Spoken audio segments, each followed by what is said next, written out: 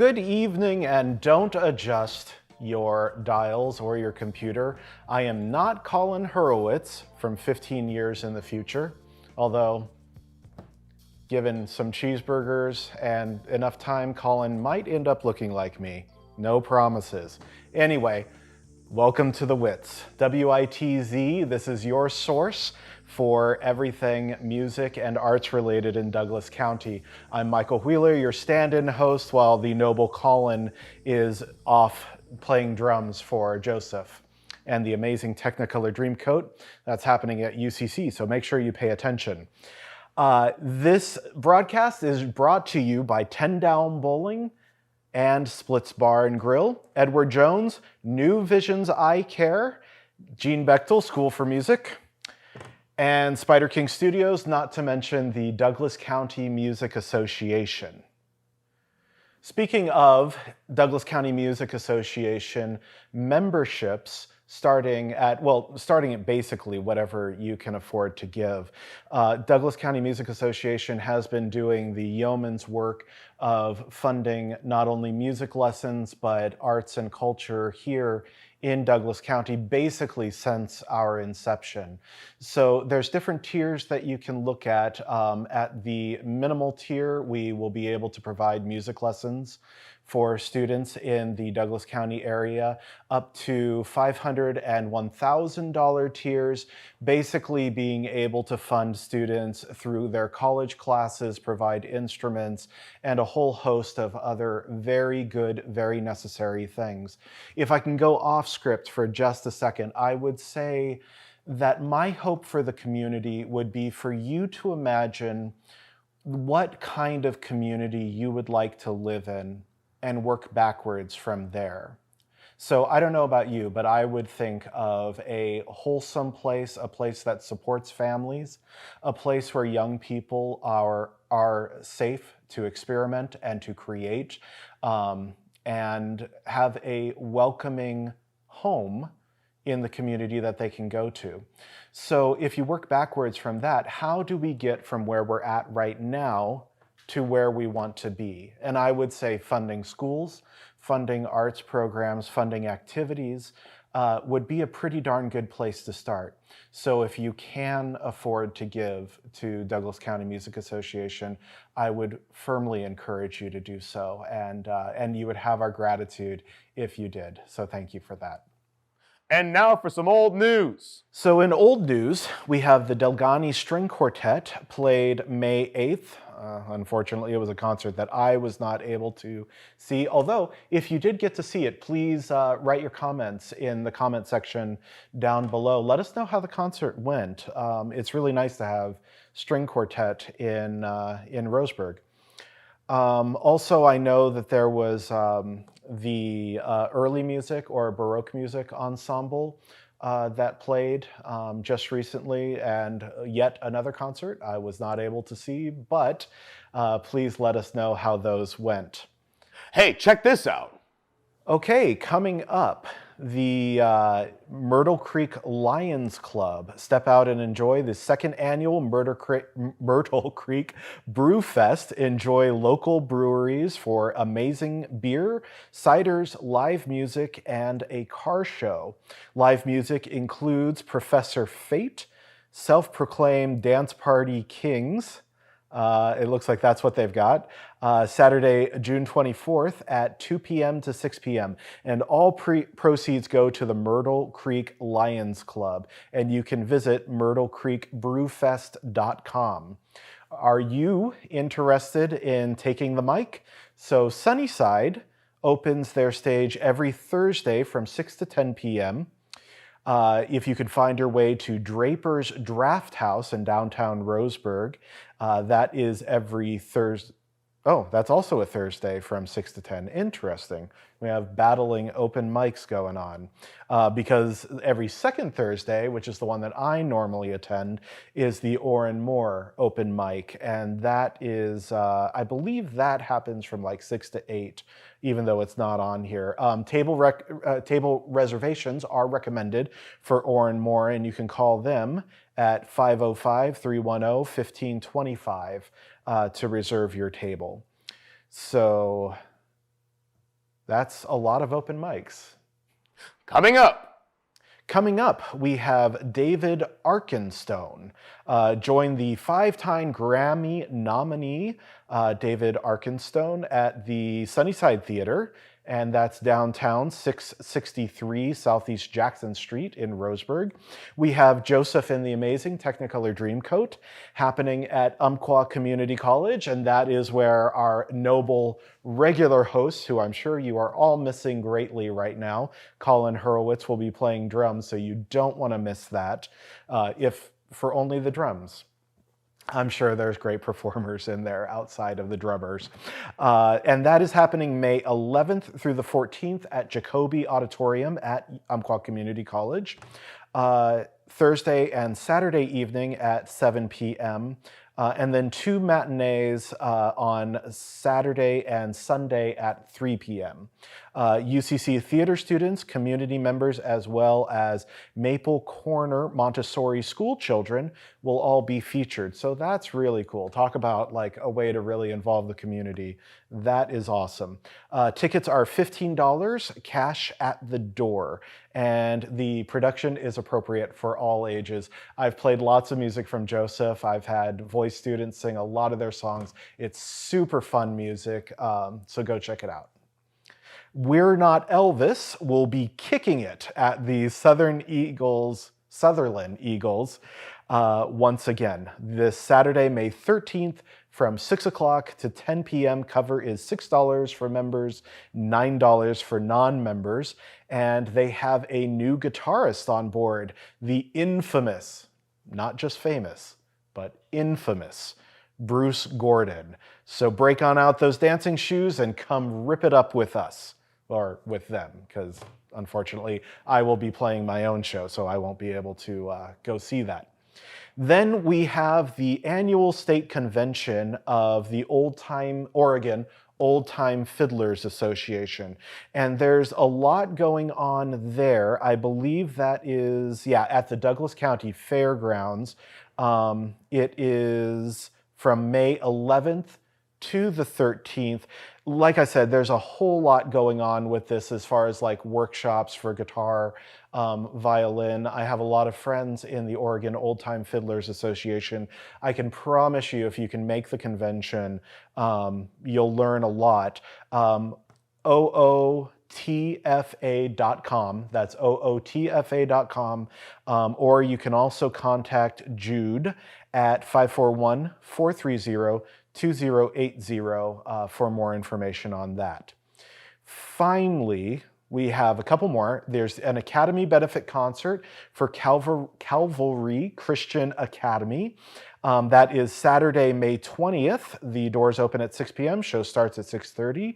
That is at Jacoby Auditorium at UCC. And then finally, the show that Mr. Hurwitz and Douglas County Music Association has been working very hard to put on is the 2 Grand Pianos benefit concert, which will be happening at Jacoby Auditorium June 2nd, 6 p.m. It says a suggested donation of $20 per group. That's an amazing price, guys. Or $5, also an amazing price for individuals.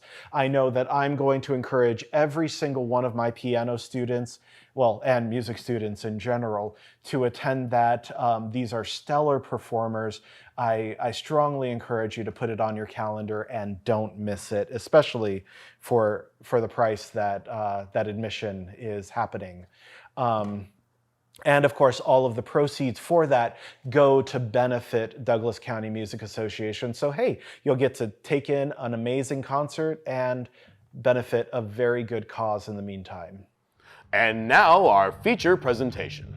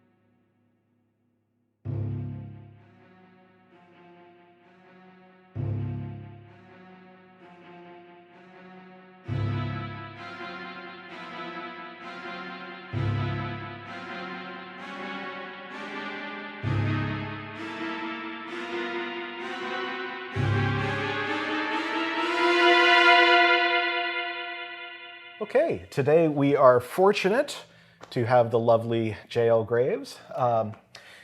a composer, singer, songwriter. Am I missing anything? I do a little bit of acting on the side on my TikToks, and I also do write a little. Okay, all right. So a screenwriting. Script writing, yeah, pretty much. Any fiction or?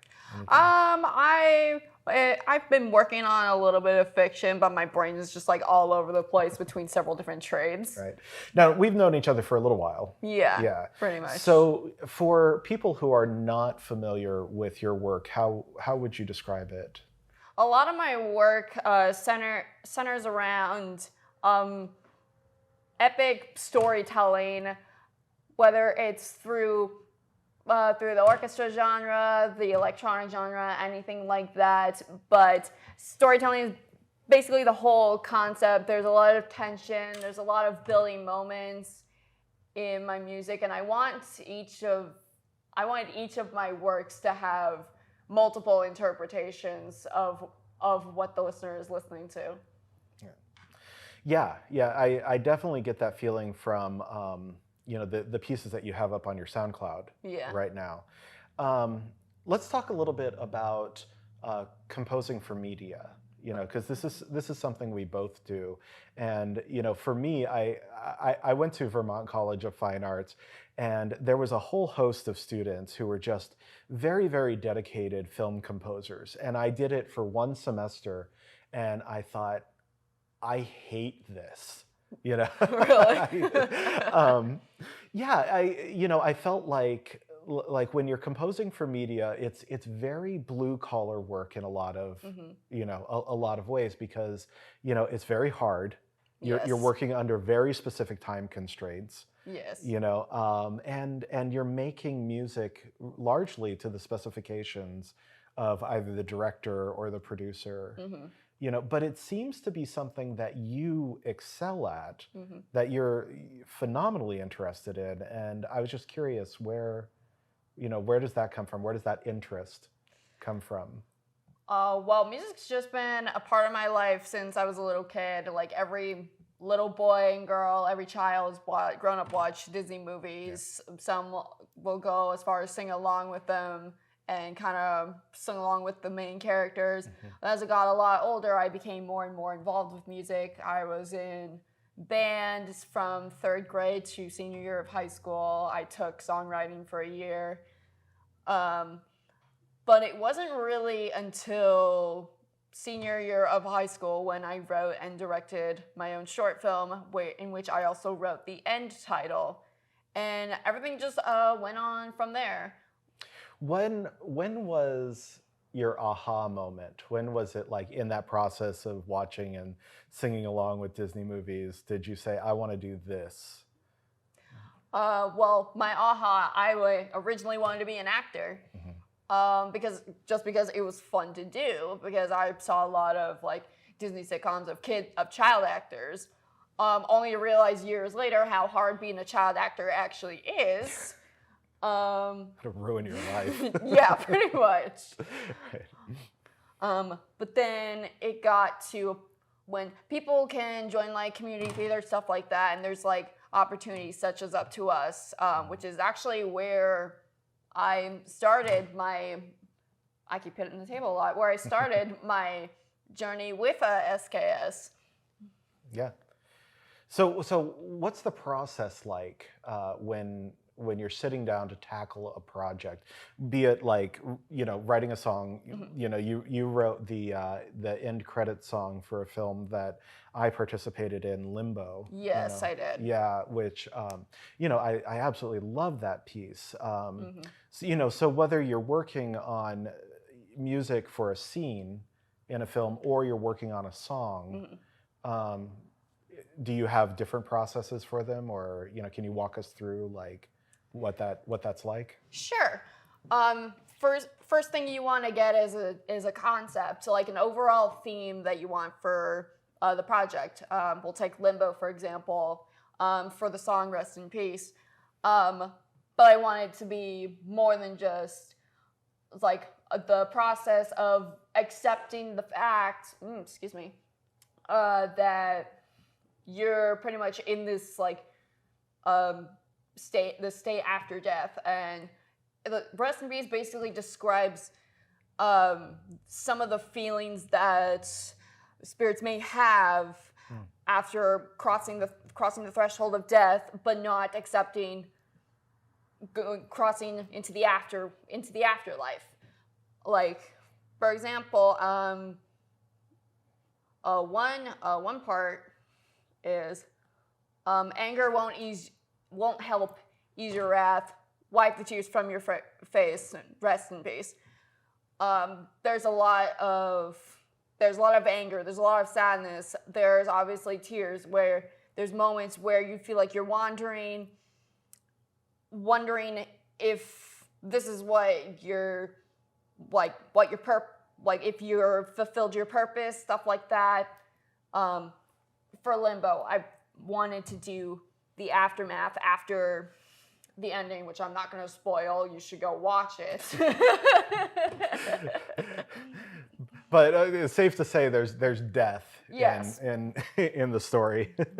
Pretty much. Yeah. Then the second part of the process is what kind of instrumentation are you thinking of to match the mood? Which actually that's more of a complicated process. For Limbo, it was a lot of piano and strings in the very beginning, and then added percussion to give it that little build. I honestly got inspiration from like bands like Evanescence for that kind of feel. And then within that process, you want to figure out instrumentation. Do you want happy or sad, like minor or major keys? How fast you want it to go, your rhythms, etc., etc. Yeah. And then this is the harder part, which some audio producers and composers, who are producing their own music, do, which is mastering audio, which is a huge pain in the butt. But I'm glad I'm going to school for it, because I'm learning a lot from that. No, you don't use Lander? No. No. Okay. I use GarageBand. I use BandLab. I've started using Adobe Audition for voiceover stuff. But yeah, find some software that works for you. Whether it's if you have a Mac or a PC, there's good ones out there. But the ones I just mentioned are the ones that I mainly use. Lander is an AI-driven mastering software. No.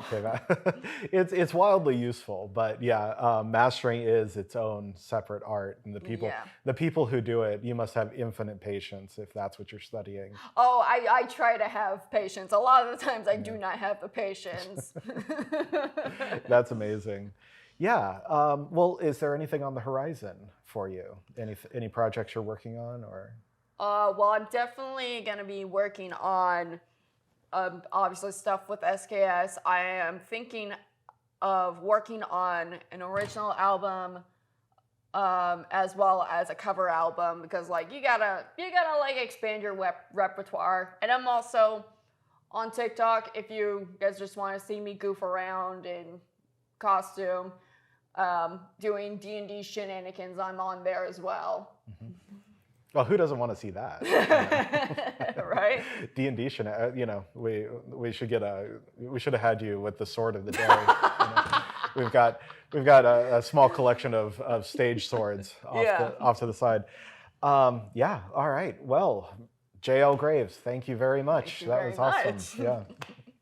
So that's all the time we have for today. Thanks for tuning in with your guest host, me today. A very special thanks to J.L. Graves for sitting for the interview that we just had. Please go and check out her music and see the things that she's been involved in. And until next time, see you later.